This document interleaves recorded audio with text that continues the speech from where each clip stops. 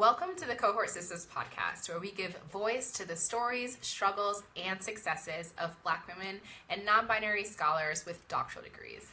I'm your host, Dr. Jamakola, and today we have Dr. Shaquinta Richardson, a visionary life coach dedicated to helping Black women prioritize self-care, find joy, and reshape their definitions of success. With a Ph.D. in human development and family science from the University of Georgia, Dr. Shaquinta's coaching centers on intergenerational influences and the transformative power of radical self-care. Hailing from South Carolina and a proud graduate of HBCU, Dr. Richardson's coaching empowers Black women to realign their lives, embracing harmony and self-belief. Her insights into the challenges Black women face, combined with her dynamic approach to coaching, offer a pathway to create vibrant, fulfilling lives. So we're thrilled to have you on the podcast, Dr. Shaquinta. Welcome. Thank you. I'm so excited. I'm so excited for this. I am too. So tell us a little bit about who you are offline, kind of like in real life. Like, who are you? I know that you're from the Carolinas. Where do you live now? What do you like to do outside of work?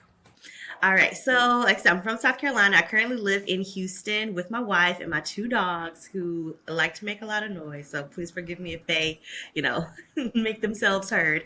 But yeah, so I enjoy just kind of relaxing, chilling, exploring Houston. Actually moved here in 2020, middle of 2020. And so I'm just now getting to really like explore and see what Houston really has to offer. So a lot of my time is spent just going to coffee shops, figuring out where those fun spaces are. There's a Black-owned bookstore here, so I'm a heavy reader. So there a lot and just making connections, and you're going to find my face in a book most of the time. I love it. My best friend lives in Houston, and my older brother and his family just moved to Houston. So there's some good people in Houston. I feel like you're a good person. And I'd love to kind of just start from the beginning. How did you get interested in human development and family science? Is that did you even know what that was when you were a kid? Walk us through your childhood and how you ended up specializing in that field. Yes. Okay. I'm glad you asked for the full story. Okay. So where do I start with this? Because it is very much a winding path.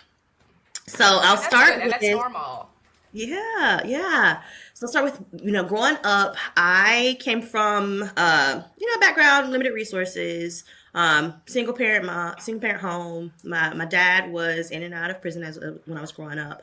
And there was always the narrative. I was a gifted kid. You're going to be a doctor. You should be a doctor or a lawyer. Lawyer, that never appealed to me. But you should be a doctor. You should be a doctor. So I went through my entire, elementary through high school career thinking I was going to be a doctor, a physician. And I got to a point was like, I don't know if I want that or not. And then freshman biology hit. And freshman chemistry, and I was like, I actually don't like science, so this might be difficult to continue this career when I actually don't enjoy this type of knowledge at all. So at that point, I didn't know what I wanted to do because, one, I didn't have a lot of other conversations and models for other careers. Yeah. It was you're smart, be a doctor or a lawyer. There wasn't a lot of additional conversation about what other options were. So freshman year of college, it's first month of classes, and I'm like, what do I want to do? I told this story before, and it's ridiculous, but also it just is what it is. I was watching Two Can Play That Game, the movie Two Can Play That Game, and Vivica Fox's character, and I think Raquel Robinson's characters, I think they both were marketing executives and these, powerful women, and so I was like, okay, I want to be a marketing executive. Immediately changed my major to business and marketing. So, and then, went through my entire college career, got my degree in marketing, and I went into my first job at a Fortune 500 company, major retail. Can I say, is it okay to say where it worked? If you want to, yeah. Okay, so got my first job. It was at Target, if it needs to be cut again. But yeah, my first job was at Target as a business analyst. So I'm working in, Target headquarters. I'm feeling really good. Big shit. I'm sorry, can I I was big stuff, This was the most money I'd ever made or ever seen anybody in my family had ever scene or whatever. And I thought I had made it. And then I get into the role and I hate it. I hate everything about it. I hate my day to day. I hate how I was treated. I hate how, like, what the expectations were. I did not like the kind of work that I was doing and the kind of environment that I was in. And I started to do some reflection. I found a mentor there, started to do some reflection, and realized that everything that I actually liked about my job had nothing to do with my role. It was all about the Okay. people portion Okay. of it. So then decided to leave, decided to become a therapist. Okay. Complete shift. Decided to become a therapist, went to get my master's in marriage and family therapy. Then the transition from there was to University of Georgia, and it's human development and family science with an emphasis in marriage and family therapy. So like that's the program. So that's how I got into human Yeah. development and family science. Um, Yeah. so yeah, that was my journey Yes. to the actual degree. So, did you know any therapists? You kind of talked about you realized that it was the people at work that interested you and not actually your role. But then I feel like you could have gone into different, there are other roles or other kind of like disciplines that deal with people. So, why therapy? And then why marriage and family therapy? Hmm. So just a mentor gave me an exercise to do. And it was like looking at what are your interests, what are your passions, what are the things that excite you, what are the things that you usually question or lean towards. And a lot of it was like counseling type of thing. So I really enjoyed having conversations with people, learning about them, learning about how they think and how things work. And then Yeah. also like relationships and so not just the individual part, but like how do people like relationships work? How do family relationships work? And so I did my own, did some research because I was in business. My first thought was industrial and organizational psychology, but Okay. I was like, I don't know, about that either. And then just discovered through some more research, discovered the field of marriage and family therapy. I didn't know it was a thing prior to that. So it's just that exercise that I did, and then some research led me to marriage and family therapy. So thanks for sharing your journey on how your kind of like first very big role led you to the realization, and thanks to the help of the mentor, that wasn't a good right fit for you, but you found another field. So I'm Mhm. always interested when I speak to people who kind of end up as counselors or therapists, because there are so many different kinds of degrees in therapy and in counseling. So why get a PhD? Why not stop at a master's? Why not, do a social work degree that also allows you to do counseling? Why get a doctoral degree in the field? Mhm, mhm. So in the program that I was in, my master's program, there was a um, one black professor, and she was an adjunct professor, and so that was the only exposure I had Yeah. to a black professor at that time. And I also had another professor who she was a white professor, but she graduated from my PhD program, and so while we were in our master's program, the she was going through her dissertation, so she was in her the internship phase of and dissertation phase of her journey, and so we knew a little bit about it. She shared a bit of it with us, and so had that. I was like curious, and then had the black professor, and then I was coming to the end of my program, and I could either go into straight into practice because the master's is a terminal degree, so I could go into that, or I could, in my mind, move it to my fullest potential and become the best I can be. And all the little black girls, need to know that this is possible. Like that was all a part of my thought. If I can, I should. That whole Yeah. narrative. Yep. And then there aren't many of us, so I need to be one of the ones that is an example. X, Y, and Z. So that's why I pursued the PhD. Had Okay. all of these like my potential, and I need to do this. So that's why I did it. Okay. I I had feel no like idea I what don't. it actually was. I didn't. I had So no reference.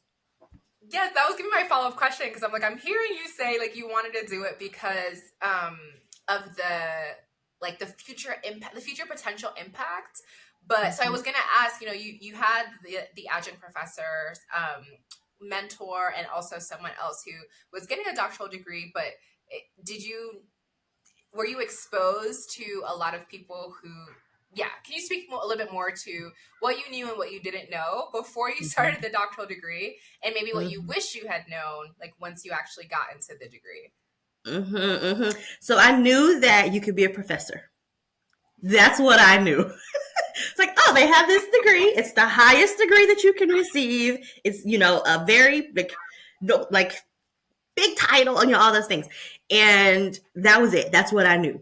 Even though these two professors, as I was going through the process of applying, and they like, it's a research degree. It's a research degree. A PhD is a research degree. Okay.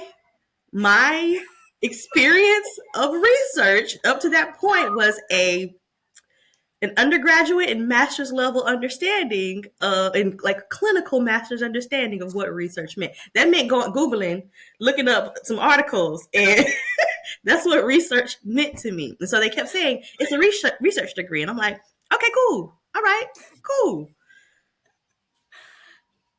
I got there. And I had no idea what I was getting myself into. I had no idea.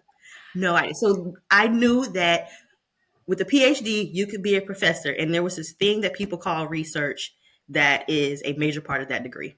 That's what I knew. Yeah. Sounds like you were in for a really big shock. So what were some of the successes of your program? And then what were some of the challenges that you faced?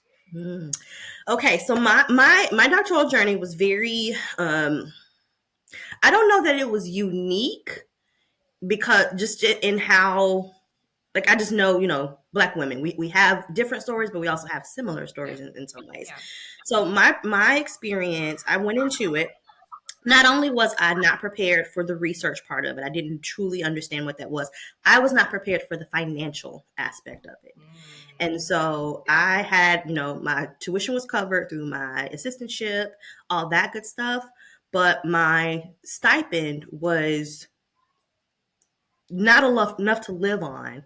And all of the preparation, all the planning that I did, I'm a financial planner down to the T. But I wasn't prepared for just the day to day and how much things could fluctuate, things that I would have to pay for that I didn't know that I was going to have to pay for, like conferences and things that we were required to go to and get reimbursed for, and like those types of things. So I had a very rough first semester financially. I won't say I lost everything, but I almost lost everything. My car was repossessed. I had to move into a 4-person apartment with 3 undergrads. My credit cards got, like, it was bad. It was bad. Like I was about to be out of there. It's like, this is not worth it. This was all in the first semester. It's like, this out of here. And so that was that piece. And thankfully my professors, because I've always been a person, I'm like, I'm not going to suffer in silence. That's never been me. And so I expressed what was going on. And so they ended up helping me get that part in order. But I literally spent the next year and some other years just trying to get my like financial personal life together so that I wasn't homeless and hungry. So I had a lot of focus on my personal stuff because of that. And then like just having to manage being a first year and not knowing what I was doing. So first year was really, really, it was hard. It was really hard. I was out. When I say I was out of there, I had replied to like 40 jobs. It's like, I'm getting out of this. Yeah, it was. And I had to come to Jesus meeting with myself over the Christmas break. And it was like, it's all gone. It's gone now. There's nothing you can do about it. It's gone. It's happened. You're doing this. You're whatever. What do you want? Not staying in this like place of frustration and, my emotional space of, feeling bad about myself, shame, all those things. What do you actually want? And literally from that moment on, I decided that I still want this. I want to figure this out. Yeah, I didn't know what I was doing coming into it, but I've had some classes now. I've been in these spaces with these people, and they were already getting on my nerves with, with the racism and the microaggressions, I'm like, okay, I'm here. I'm going to do this. So I decided to keep going and just figure it out. And from that point forward, I was also able to find a chair who really made my experience much, much, much better than I think it would have been if I had any other chair. So that first year was kind of unique in just all of the turmoil, but the last 4 years were made up by having a chair who was really understanding, really kind, and helped me create and carve out experiences and allowed me to carve out experiences that made my doctoral journey like beautiful. I was able to do some things, and I'll stop because I'm going on. But I was able to do some really amazing things through my doctoral journey because of the chair that I had and the mindset that I had of like, I'm going to make the best of this. I'm not going to let this take anything else from me. And I say all the time that if I'm going to do this, I said at that point, if I'm going to do this, I'm going to come out of this a whole person. I don't care what that means. I don't care what that takes. If that means I'm not the most published, if that means that I don't have the best research, whatever that means, but I'm going to come out of this a whole person. So, Ooh, the gems are already being dropped. Wow. Okay. So there's the wholeness, there's the financial surprise really of the cost of like the hidden cost of graduate school, right? This, I feel like this reimbursement story is it comes up so many times because folks don't realize like the upfront costs and even waiting for your first stipend check. I don't know about you, like I remember that first stipend check, the income, when I thought it was gonna come, and I was like, ooh, well, I thought I was going to be there on the first day of school, and it was not for several weeks. So, hopefully that's advice for folks who are, thinking about it, planning for it. Just know some of the financial upfront costs of the early stages. But I really, really love your mindset about I'm going to do it and be whole, whatever that means, like at whatever cost. So I think that's really inspirational.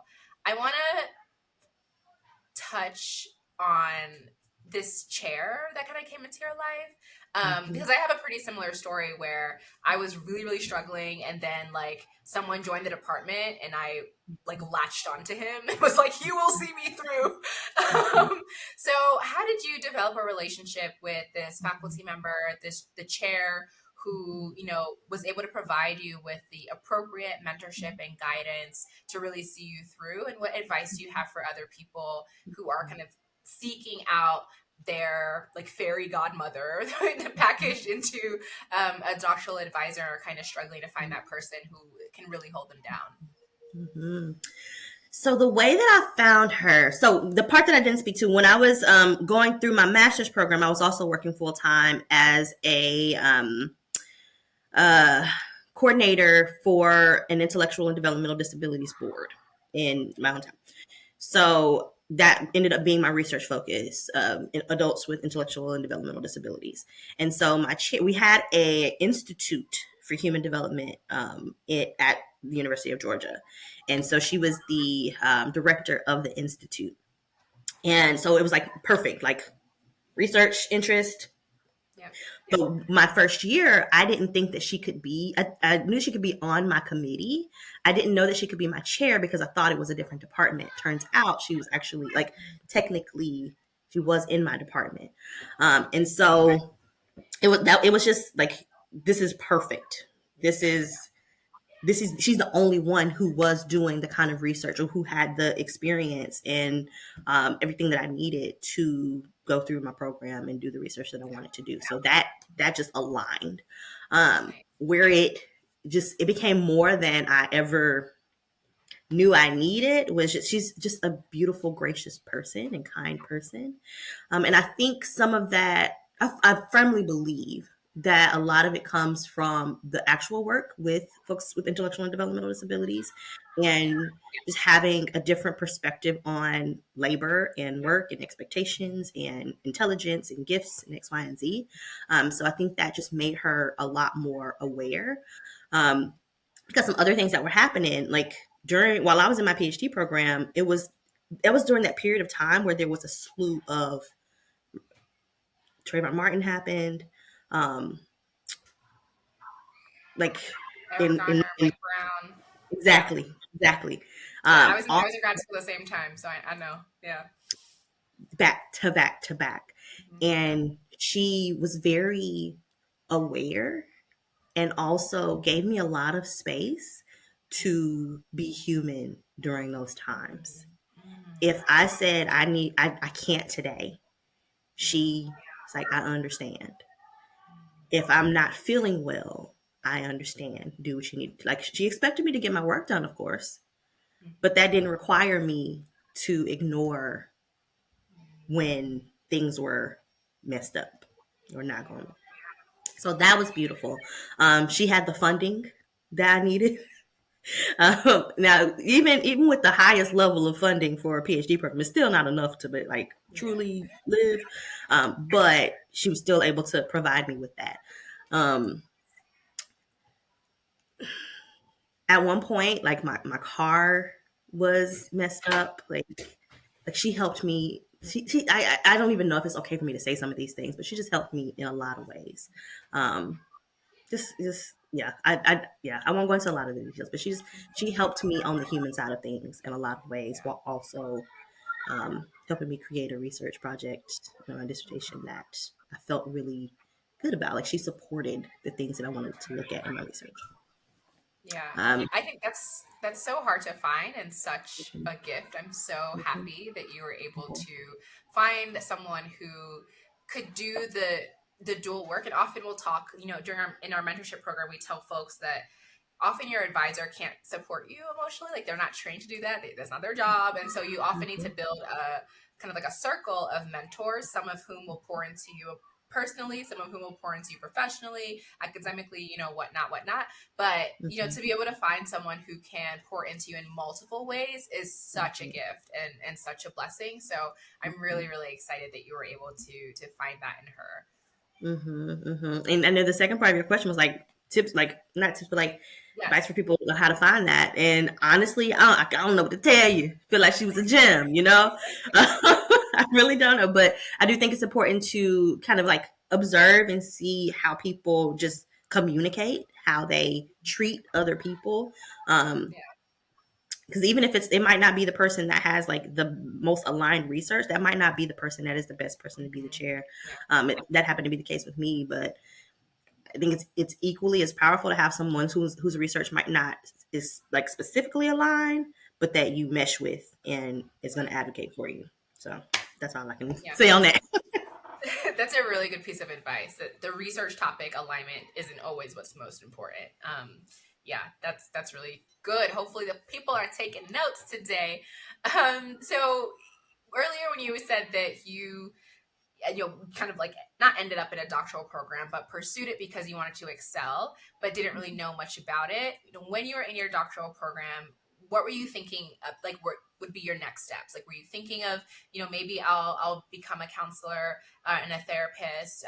Maybe I'll have a private practice. Maybe I'll teach. Like, what were some of the different career options that were floating in your mind, like while you were still dissertating? All of that. I had at that point fully bought into the scholar practitioner model.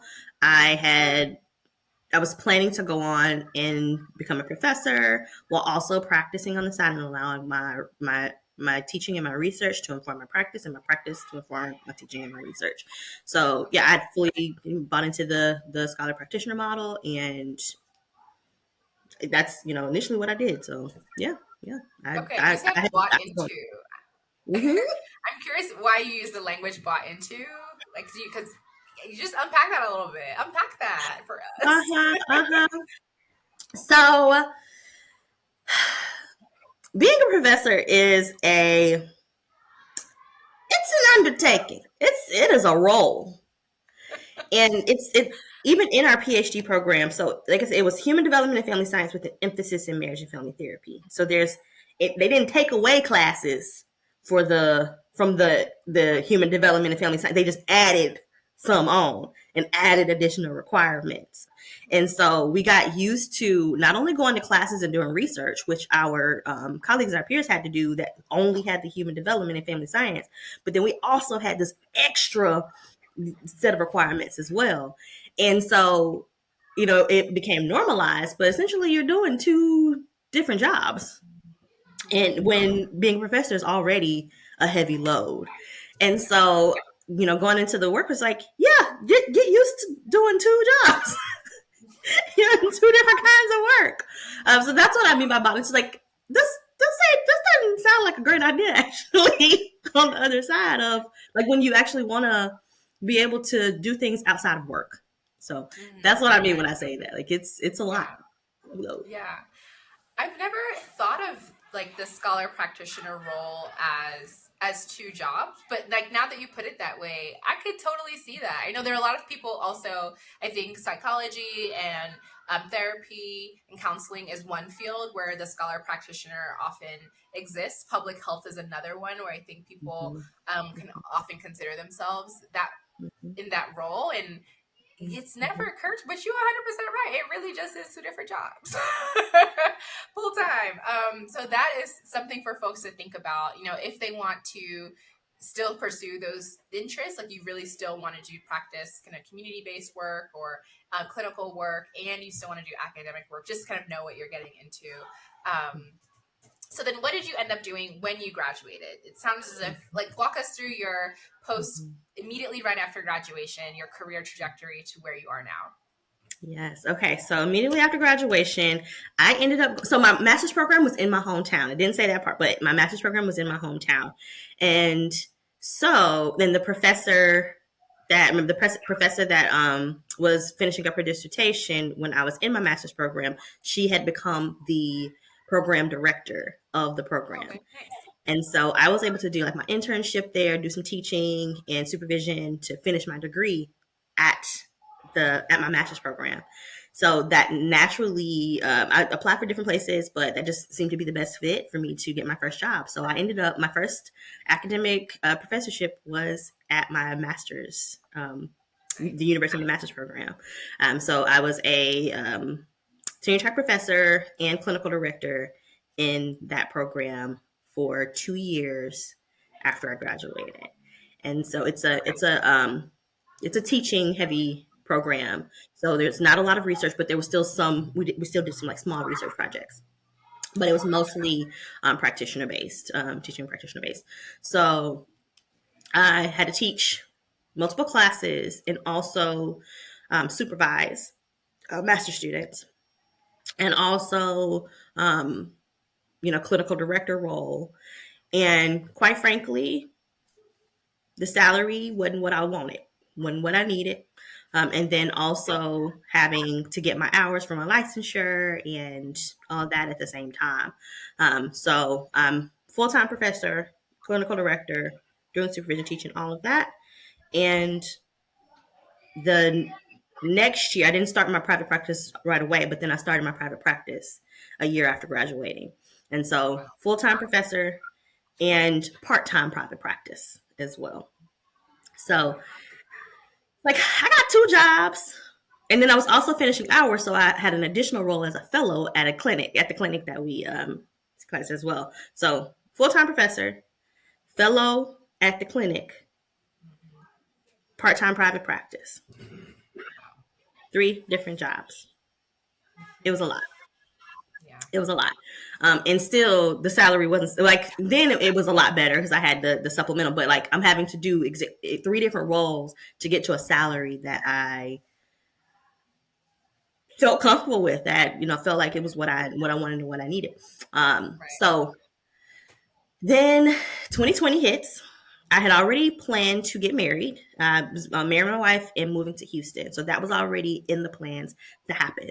So I had decided that I was going to leave academia and go into practice full time. And honestly, even since I was young, I was like, I don't want to teach. I don't ever want to be a teacher. That's not something I ever want to do. Did it for 2 years. I love my students. I enjoyed the experience of it, but it's still not me. Like I don't enjoy being an educator in that way. So left that part behind, but still wanted to continue being a practitioner. So the plan was to move to Houston in 2020, move with my wife, and lean into private practice full time. Because I had already had it part time, leaning private practice full time, and that's what happened. And then I added on my coaching practice. I started my coaching business around that time as well. And so it was full time or part time, a full time practice, private practice, and then coaching as well. So I had these both of these roles, and that's where I am now. Yes. Did the pandemic, and you were talking about you already were planning on doing all of this in 2020. How, if at all, did the pandemic adjust your plans or accelerate them or put a break on them? Or did it change anything in any way for you? Mm-hmm. So, and this is the part that's always, difficult to talk about because it was very helpful to my plans. I had already when we're talking, I made these decisions in 2019. Okay, early 2019. So I'm already looking. Online therapy was not a major topic at that point. Like some people were doing it, but it was still like, what's this thing? What are people doing? And so I had already planned to start because at that point I was licensed in South Carolina. I wasn't licensed in Texas yet. And so I could only practice in South Carolina. And so I had planned to do a telehealth online therapy practice, but I knew it was going to be difficult because people weren't used to doing online therapy. Yeah. March comes, everybody has to go online. So that worked out really well for me because if everybody has to, now I don't have this barrier, this like challenge of convincing my clients or convincing new clients of building my practice with this thing that people don't know about. So it's actually very, very helpful in making that transition. Mm-hmm. And now, do you feel like there is still enough kind of like social comfort with telehealth and virtual therapy, or do you feel like people are kind of starting to move back into wanting and desiring in-person therapy services? So I think people have now really taken to it, and a lot of people prefer the online therapy because it's so convenient.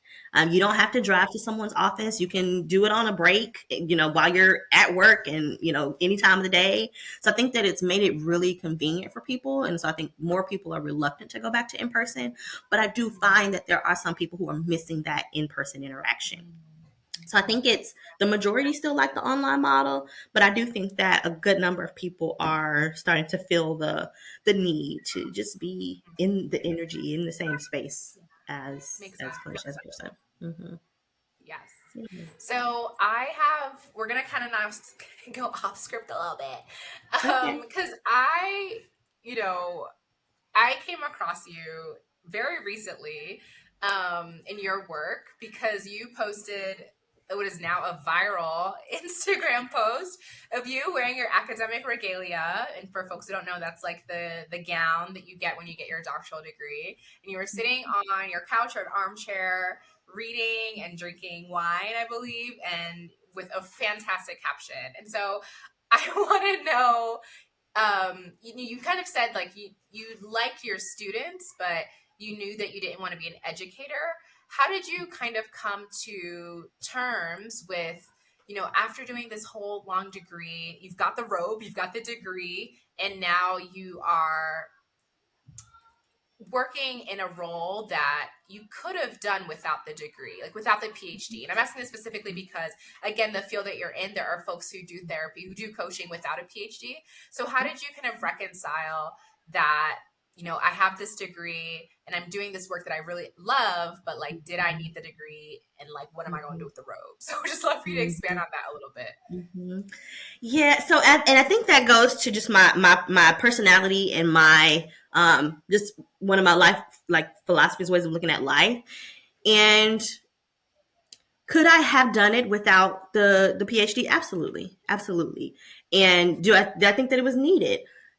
That's hard to answer because the degree is like having the PhD, having the degree specifically, like that tangible part of it is not the only thing that I got from the PhD experience. And so in my coaching practice, in my therapy practice, and my personal life, like just who I am, was shaped by the PhD journey. What I learned about feminism, womanism came through that journey. Ableism came through that journey. Knowledge of human development came through that journey. I use that in my coaching practice, understanding relationships, understanding systems. In my master's program, we get a base level understanding of systems theory. In the PhD program, it's everything. Like it's kind of the basis of human development and family science. And so I use my systems knowledge as a coach. So yeah, I think the way I think about life and the way I think about things is like I do lean into the journey, and all of this was part of like leading me to this path. I don't know where I would have been. I don't know what my journey would look like if I had gone straight into practice.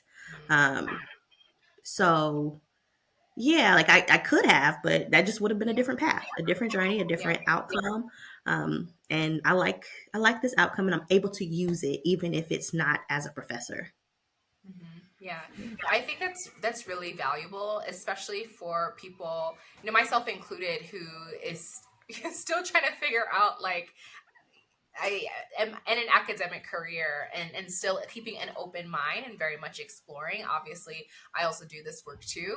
But I think that's something that kind of holds people, that from what I've heard by talking to some folks, is like something that sometimes holds people in the academic spaces, is because they feel like, well, if I go do something else, like, what was the reason? What was the purpose of the whole degree? So I really like what you said about, you didn't just get the degree, that you Mhm. gained other things, you gained other skills, you gained other knowledge that you otherwise wouldn't have had, that you apply to your work and your personal life. And I think that kind of holistic approach to thinking about the end result and the product of a doctoral program is really helpful for folks. I'm now going to like reflect on, besides the paper and this like really niche knowledge that I got, what did I get from my doctoral degree? That was really, really helpful. Yeah, I really, really like that framework. Fantastic. A plus. There's a reason why you're a life coach. Like, gems, just such good gems. I would, before we started recording, were talking about a really exciting project that you have coming up, a book. Can you talk a little bit more about the edited book that you have coming out soon? Why you ended up working on the project, and when it's coming out, and how can we learn more about it? Yes, yes. So have an edited book coming out. It'll be released October 18th. And it's Gifted Black Women Navigating the Doctoral Process, Sister Insider. And this book was literally thought up between me and so it's myself and Dr. Brittany Nicole Anderson, who is at the University of Charlotte. She's a gifted ed scholar there. And we started our PhD programs at the same time. She was in education, and we were writing one day. This was like 2016, maybe 2015, 2016. We were in the cafeteria, in the dining hall at University of Georgia, and just talking about we should do this thing. And that is where it started. So this book is a collection of our stories and a few of our friends who were also scholars at University of Georgia at the same time we were. One of the most powerful things about our doctoral journey was the community that we had. We had a very, very unique experience of having dozens of Black women who were all connected, and we were able to, have community and connect with each other, support each other, and help get each other through. And so we were like, we want to like box this up and like share it, Yeah. share it with Black women. And that's what we did.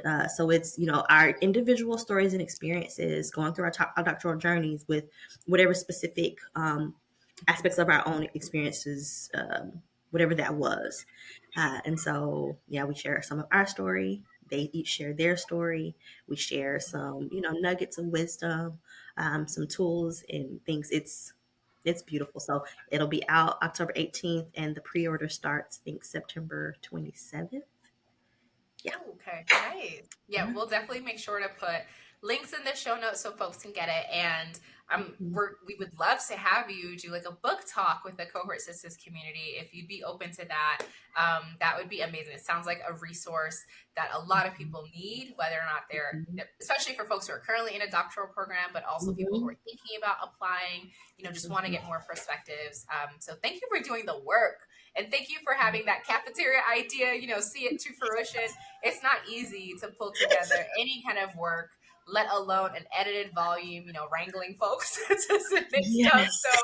kudos to you. I'm really, really excited for the launch. I'm sure you're more excited, but I'm really excited to support um, the book launch in any way that we can. So as we start to wind down, I have a question about self care because it's such a Mhm. buzzword that people Mhm. really like to throw out. But you kind of harp on radical self care as like Mhm. really being foundational in your coaching work. So I would love to know, Mhm. how do you define radical self care, and what Mhm. strategies do you recommend to Black women Mhm. and non-binary folks for incorporating it into our lives? Mhm. So I define radical self care is just truly caring for yourself, the human, like prioritizing, centering yourself as a human being who is worthy of and has a right to being cared for. And regardless of whatever's going on externally, it doesn't matter, what your work is, what your role is, that you get to take care of your basic human needs and your basic desires above everything else. That you do not have to earn rest, that you do not have to earn breaks, that you do not have to earn a meal, that you can just have these things because you exist. And I believe that once we truly honor that we are human and that we have needs and that we require rest and that we require space for our brains to recover and have space to not constantly be working and doing and have to be productive, that it allows us a fuller experience of life. Um, so I mean, I hear all the time, had to throw something in my mouth, got to keep moving, got to do this, got to do this. I didn't eat today because of X, Y, and Z. I didn't do enough. I got to get this done before I can. And then when we do sit down and we pause, our brain we can't slow it down, so we got to do something else.